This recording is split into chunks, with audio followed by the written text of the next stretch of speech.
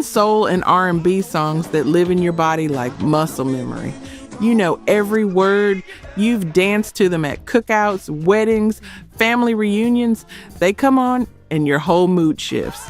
But here's the thing. If someone asked you what the song's actually called, you'd blank. Maybe hum the hook, maybe say, you know, that one song.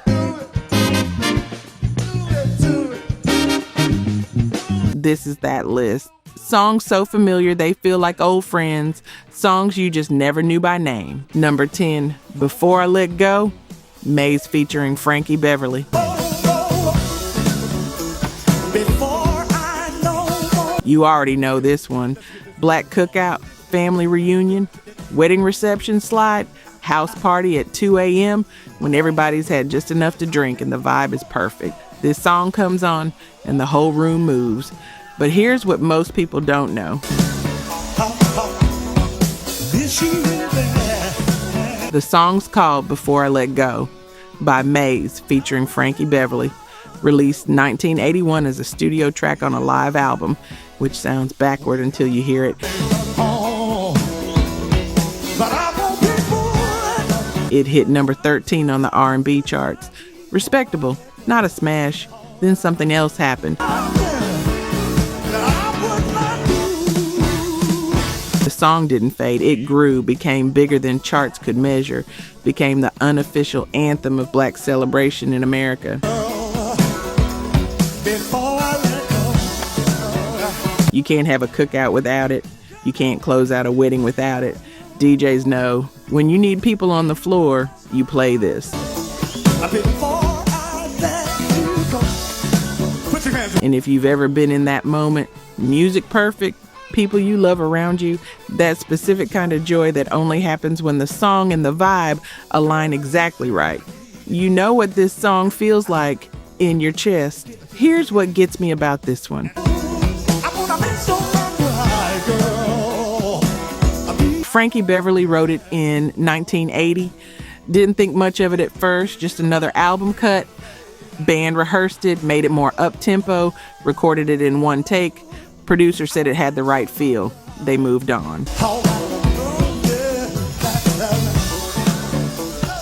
40 plus years later, Beyoncé covers it on her Homecoming album.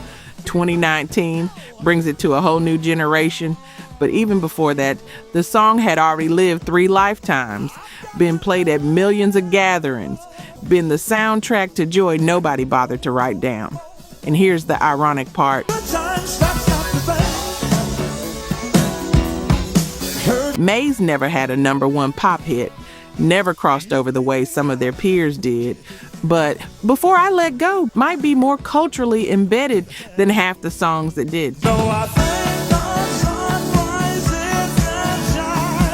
Sometimes the industry only remembers peaks, but the people, we remember what moves us. That's number 10, Before I Let Go by Maze, featuring Frankie Beverly. Let's get this groove, y'all. If you've ever closed your eyes on a dance floor and felt completely at home, you already know. Number 9, Candy, Cameo.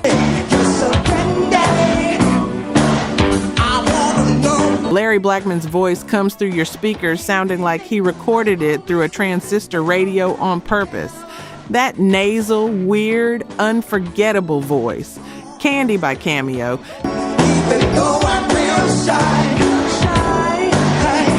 Peaked at number 1 on the R&B charts, 21 on the pop side. But here's what most people remember.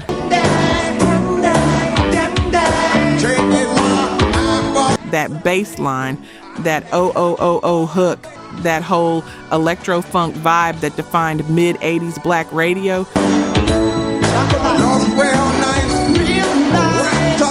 You know this song, you've heard it, but if someone asked you what it's called, you'd probably say that Cameo song and hope they knew what you meant. Here's the thing about Cameo. They'd been grinding since the 70s, 13 albums deep by the time Word Up and Candy broke them through. Larry Blackmon had this vision, black rock he called it, synth funk with an edge, slick, futuristic, but still funky as hell.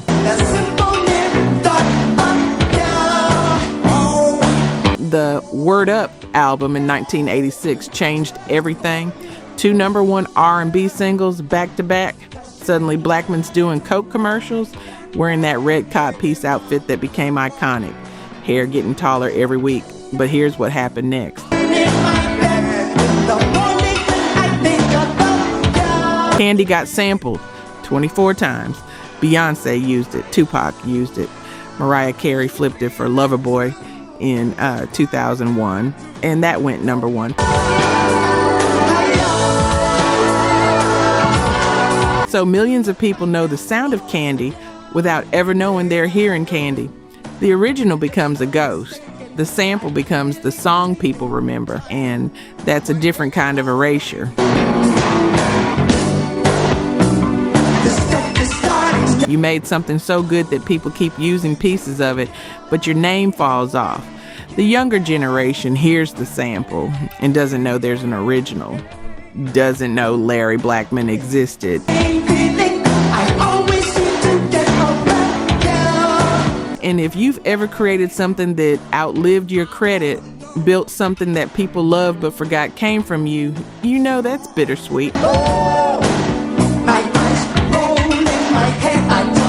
Cameo had one of R&B's most exciting live shows in the 80s, 41 charting R&B singles between 1977 and 2001.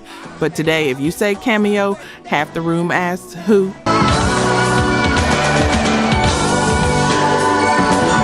Music stayed. The name didn't. That's #9. Candy by Cameo. If you've ever been sampled into obscurity, you know how that feels. When you walk, even when you talk, it takes over. #8, outstanding. The Gap Band.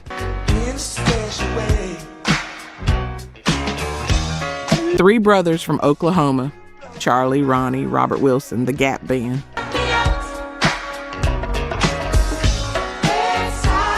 Outstanding. #1 on the R&B charts for multiple weeks, 51 on the pop side. And if you know this song, if you've slow danced to it, if you've heard that mellow groove and Raymond Calhoun's lyrics about a woman who's just that damn special, then you know it by feel, not by name. Here's what inspired it. Calhoun's 1-year-old daughter. He's playing piano at home. Chords come to him. He looks at his baby girl and thinks, she's outstanding. Hook writes itself. Band takes it to rehearsal, shapes it, records it in one take because producer Lonnie Simmons said it had the right feel, and he wasn't about to mess with it. 6 minutes and 15 seconds on the album version, 3:18 on the single. Every second of it smooth. But here's the part that sticks with me.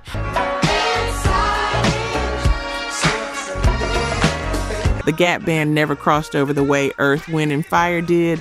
Never had that mainstream pop moment. R&B radio loved them. Black America loved them. But Billboard's pop chart, they got close. Never quite broke through. And yet, Outstanding became one of those songs that just lives. Sampled by Shaquille O'Neal in 1994. Yes, Shaq the basketball player. Used by Soul For Real in Every Little Thing I Do. Covered by Kenny Thomas in 1990. And that version went to #12 in the UK.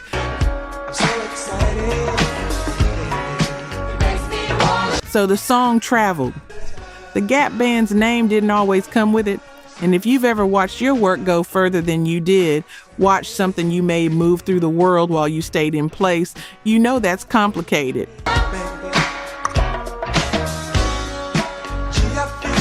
The Gap Band kept recording, kept touring, stayed kings in their lane. But the lane never widened the way it should have. Sometimes the industry decides who gets to be massive and who gets to be beloved. And beloved is a beautiful thing. But it doesn't always pay the same.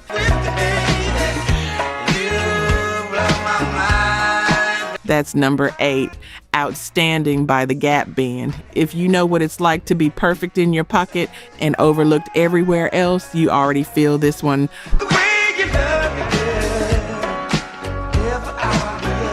Number 7, Strawberry Letter 23, the Brothers Johnson.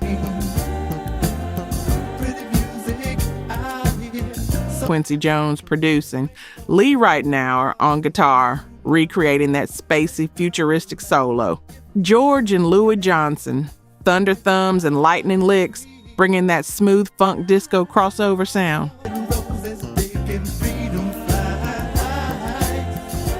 Strawberry Letter 23, number 1 on the R&B charts. Number 5 pop. One of the biggest hits of the late 70s. And if you know this song, you know that opening, those ethereal chords, that falsetto, that whole vibe that feels like floating.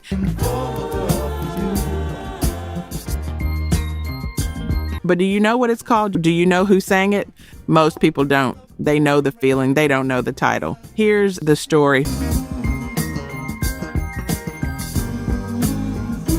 Original version was by Shuggie Otis in 1971, Criminally Slept On. George Johnson was dating one of Shuggie's cousins, got a copy of the album Freedom Flight, fell in love with the song. Brothers Johnson brought it to Quincy, and Quincy said, "This is the one." The song's about love letters. 23 because it's the 23rd letter this couple's written. Some people thought it was about strawberry-scented letters.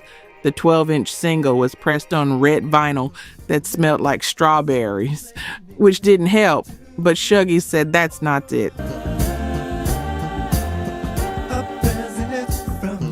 Just a number, just a love letter turned into a song. The Brothers Johnson version blew up, went platinum. Quincy took the same song 15 years later and had Tevin Campbell cover it in 1992. But here's what happened to George and Louis. Louis played bass on Michael Jackson's Thriller and Off the Wall, played on Herb Alpert's Rise, played on George Benson's Give Me the Night, one of the most in-demand session musicians of the era. He died in 2015, 60 years old. And when the news hit, a lot of people said, wait, who? Even though his bass is on some of the biggest records ever made. That's the session musician's curse. You're on everything. Your name's on nothing.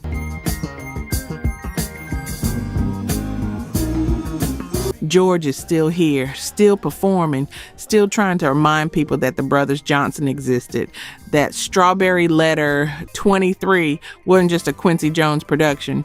That two brothers from Los Angeles built something beautiful. If you've ever felt invisible in your own creation, you know that's number 7. Strawberry Letter 23 by the Brothers Johnson.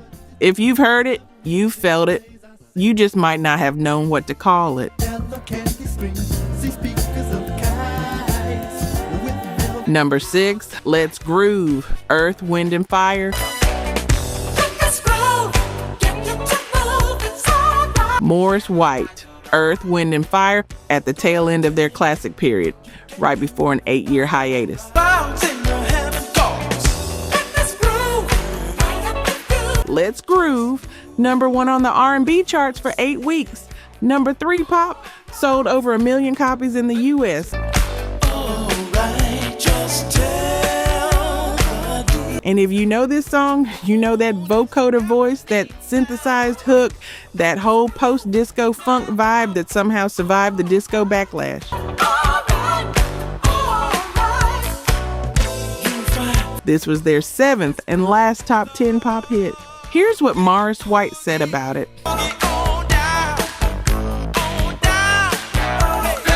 It's really just knowing the feelings and fundamentals involved in producing a hit. Just like writing a story, it's not less honest than a piece of jazz. We just went in and done it. A natural given thing. Just saying, hey man, enjoy this with me. And that's exactly what it feels like. Not calculated, not engineered for radio, just pure groove. But here's the thing about Earth, Wind, and Fire. They were already legends by 1981. September, Shining Star, Reasons, After the Love Has Gone. They had a catalog that could fill 3 greatest hits albums. They'd won Grammys, sold millions, became one of the most successful R&B acts ever. Let's Groove should have been a victory lap. Instead, it became a goodbye. Album came out in October 1981. Let's Groove dominated through the end of the year and into early 1982. Then Earth, Wind, and Fire went quiet. Didn't release another album until 1987. 6 years. Morris White's health was declining. Parkinson's disease, though he didn't reveal it publicly for years. The band needed a break. The industry had changed, and when they came back in 87, the landscape was completely different. New Jack Swing had taken over. Earth, Wind, and Fire sound was retro. They were classic R&B now, which is code for, we respect you, but we're not playing you. Here's what kills me about Let's Groove. It's been sampled and interpolated dozens of times. Tyler, the creator, used it. Snoop Dogg referenced it. It shows up in commercials, movies, TV shows. The song never stopped working. But ask someone under 30 who Earth, Wind, and Fire is, and you might get a blank stare. They know the song. They don't know the legacy. And if you've ever been iconic in your era and invisible in the next one, if you've ever watched a younger generation enjoy your work without knowing your name, that's a specific kind of irrelevance that stings.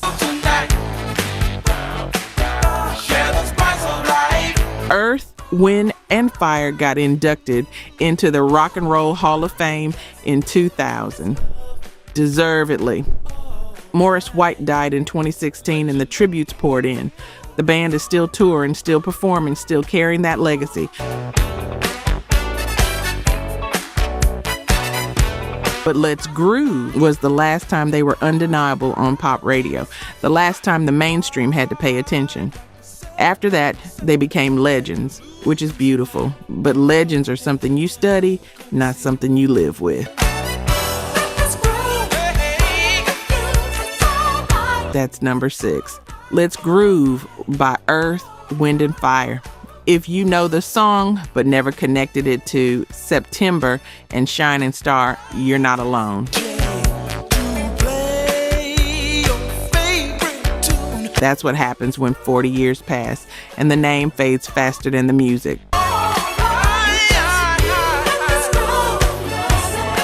Number 5, Bustin' Loose, Chuck Brown and the Soul Searchers.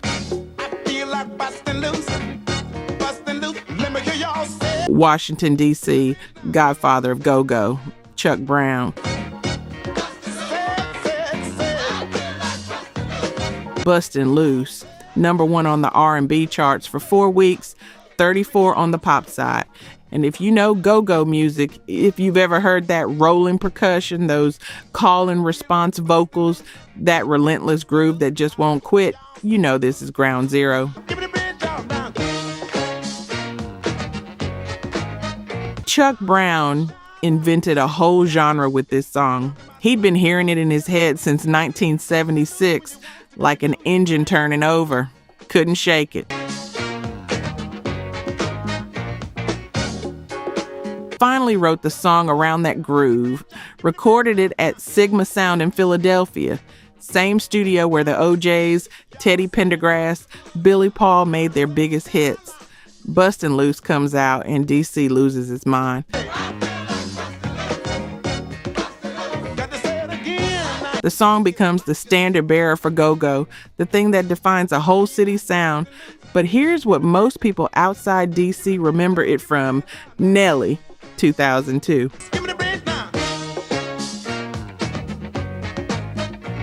Hot and Hera. I feel like bustin' loose right there in the hook. Sample goes to number 1, sells millions. Most people hearing it have no idea they're listening to Chuck Brown.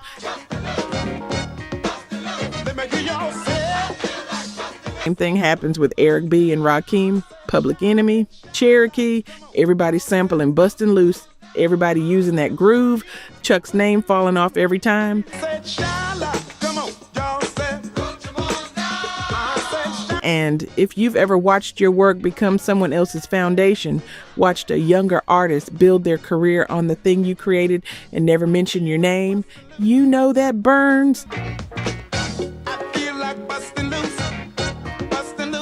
Chuck kept performing, kept being royalty in D.C., kept the go-go scene alive even when the industry moved on. But nationally, after Bustin' Loose, it was mostly crickets.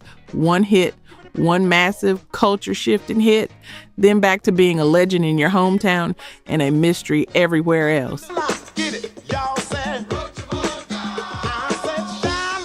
He died in 2012.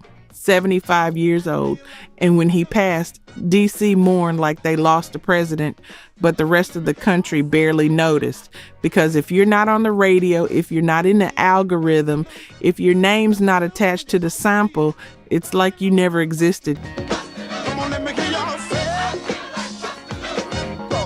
Chuck Brown created go-go, full stop. Without him, there's no Trouble Funk, no EU, no whole lineage of DC music. But say his name outside the DMV and watch people's faces go blank. That's the cost of being regional, even when what you made is universal. That's number 5, Bustin' Loose by Chuck Brown and the Soul Searchers. If you know what it's like to build a foundation nobody credits you for, you already understand.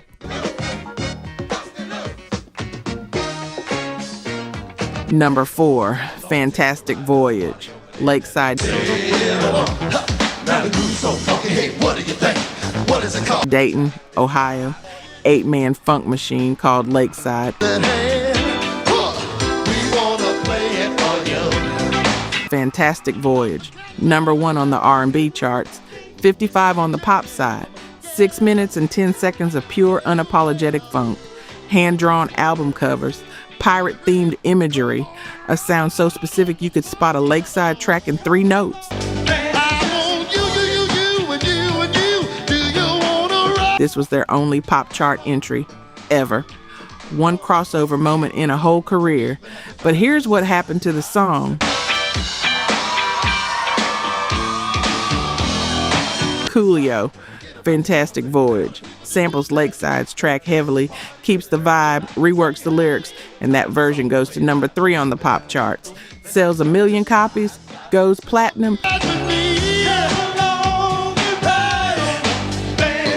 Most people under 40, they know Coolio's version.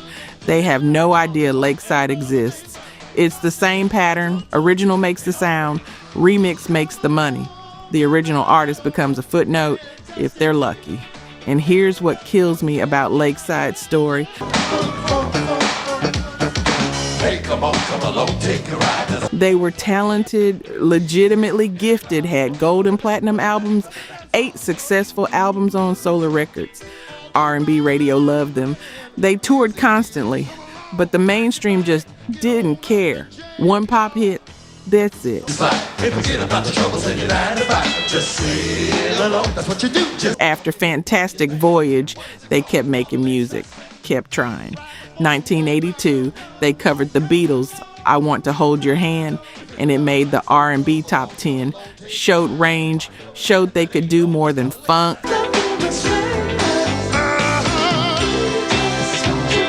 Didn't matter. Industry had decided who Lakeside was and who they weren't. By the late 80s, the sound had changed. New Jack Swing was taken over. Funk was out. Lakeside kept recording through the 90s, but the chart positions kept dropping. The venues kept getting smaller.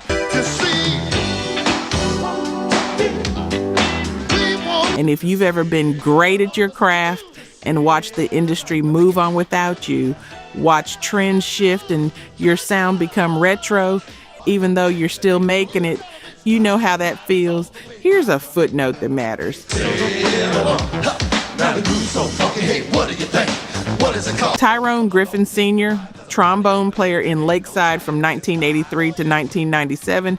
His son is Ty Dolla $ign, who said that growing up around his father's band, meeting Earth, Wind, and Fire, and Prince through those connections is what made him fall in love with soul music. Come on and ride on the funky horse. So Lakeside's legacy lives in ways the charts don't measure, but still, Fantastic Voyage deserved better. They all did. That's number 4, Fantastic Voyage by Lakeside. If you know the sample better than the original, now you know why.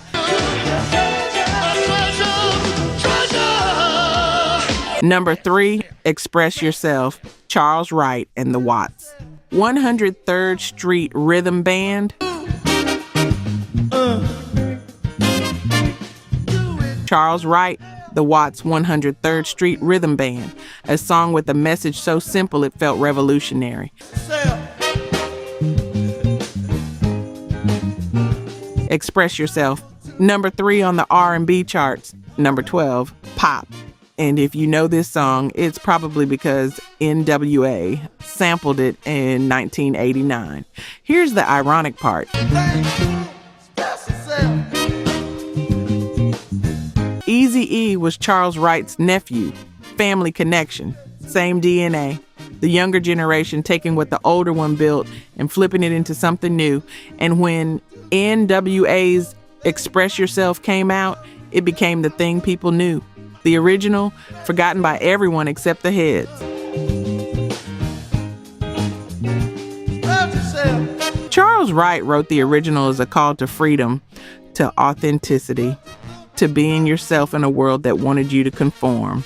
1970, civil rights movement still fresh, Black Power era. This wasn't just a funk song, this was a statement.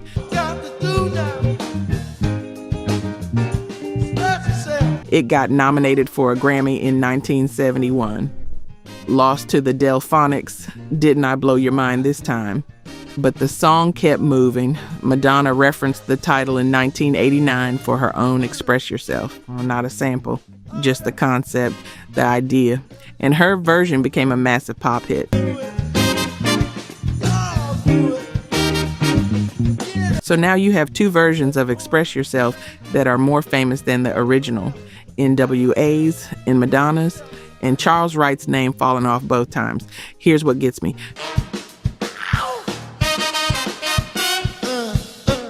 Charles Wright is still here, still alive, still performing occasionally, and he's watched his song become a standard, watched it get repurposed, recontextualized, covered, sampled, watched his nephew become a legend using his music.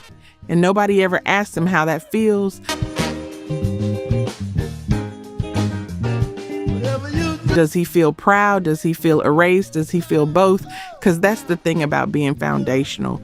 You made something so pure, so essential that everyone after you wants a piece. But every time they take it, your name gets a little smaller. Express Yourself has been sampled dozens of times. Not just NWA. Hip-hop kept coming back to it. Because that groove is perfect. That message is timeless. And Charles Wright created it. But if you ask someone under 50 who made Express Yourself, they'll say NWA or Madonna, or they'll shrug. And if you've ever built something that became bigger than you, if you've ever watched your creation outlive your credit, you know that's complicated. That's number 3, Express Yourself by Charles Wright and the Watts 103rd Street Rhythm Band. If you know the cover better than the original, that's by design, not theirs. Number 2, Fire, Ohio Players. Dayton, Ohio again. the Ohio Players. 7-piece funk machine with a sound so raw it could burn through speakers. Fire. Number 1 on both the R&B and pop charts in the early 1975. 2 weeks at the top. Sold over 1 million copies.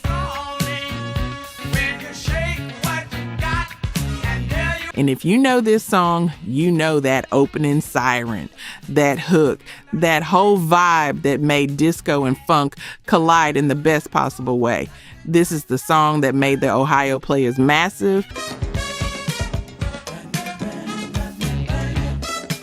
Before Fire, they've been grinding since the late 50s, backing Wilson Pickett as the Ohio Untouchables, scoring regional hits, never quite breaking through. Funky Worm in 1973 gave them a number 1 R&B hit, but it didn't cross over. Then came Fire, and everything changed. The album went to number 1. The single went to number 1 on both charts simultaneously. Suddenly, the Players were everywhere. The album cover, modeled with a fire helmet, the words number 1 prophetically placed, became iconic.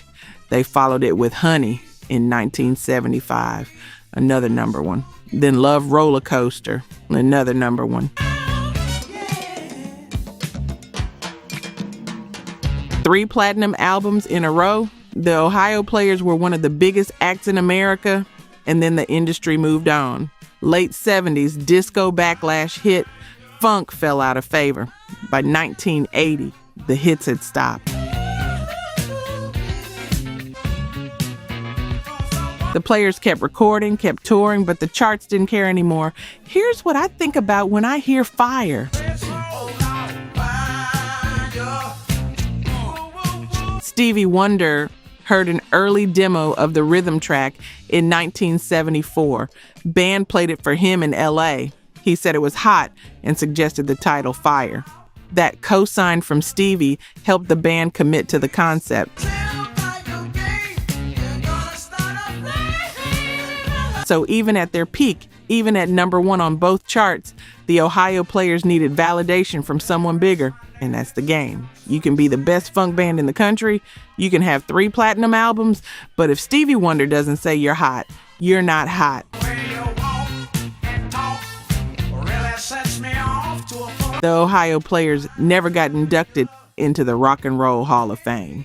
17 top 40 hits, 3 platinum albums, 5 gold albums, architects of a sound that defined an era, still not in. And if you've ever been excellent and still not enough, if you've ever had all the proof and none of the recognition, you already know what that does to you.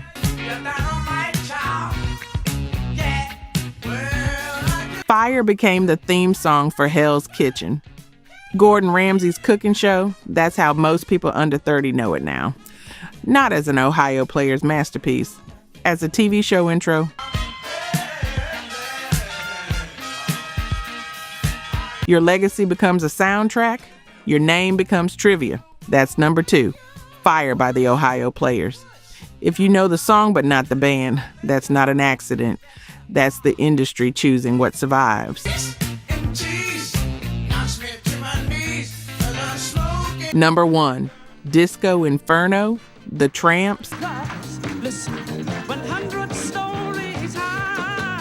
Philadelphia, The Tramps, a song inspired by a disaster movie, Disco Inferno. The Towering Inferno came out in 1974, disaster film about a building on fire. The Tramps' keyboard player, Ron Kersey, saw a scene where a discotheque is caught in the blaze and thought, that's a song. He wrote it with Leroy Green. Burn, baby, burn, a phrase from the 1965 Watts Riots, became the hook. They recorded it, and it went to number 1 on the disco chart in early 1977. Stayed there 6 weeks. But on the pop chart, 53, barely registered. Then came Saturday Night Fever. The movie drops. John Travolta, Bee Gees. The soundtrack becomes one of the best-selling albums of all time. And on that soundtrack, track after track of disco classics, there's Disco Inferno. The Tramps version gets re-released in 1978. This time it goes to number 11 on the Hot 100. Number 9, R&B, becomes their biggest and most recognized single, the thing they'll be remembered for forever. But here's what most people don't know. The Tramps had been making music since the 60s. Started as the Volcanoes, became the Moods, finally became the Tramps in the early 70s. Hold Back the Night in 1975 went to number 5 in the UK. They were already established. Disco Inferno didn't make them. It just made them visible to people who'd been ignoring them. And then the disco backlash hit. 1979, disco became a punchline. Disco Demolition Night in Chicago. The whole genre declared dead overnight. The Tramps kept recording, but the hits stopped. By the mid-'80s, they were a nostalgia act. Playing the oldies circuit, still great, just no longer relevant. Here's what stays with me about this one. The phrase "burn, baby, burn" came from the Watts Riots. Black Los Angeles burning in protest, pain and rage literalized as fire. And the Tramps took that phrase and turned it into a celebration, took the language of destruction and made it disco. That's reclamation. That's transforming trauma into joy. That's what black music has always done. But the context gets lost. People scream "burn, baby, burn" on a dance floor and have no idea it once meant something else. The pain becomes a party. The history becomes a hook. And if you've ever watched something meaningful get stripped for parts, if you've ever seen the world take your language and forget where it came from, you know that hurts.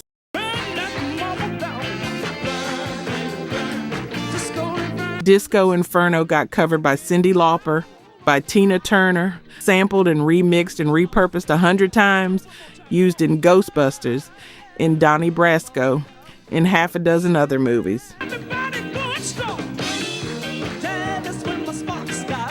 The song outlived the band.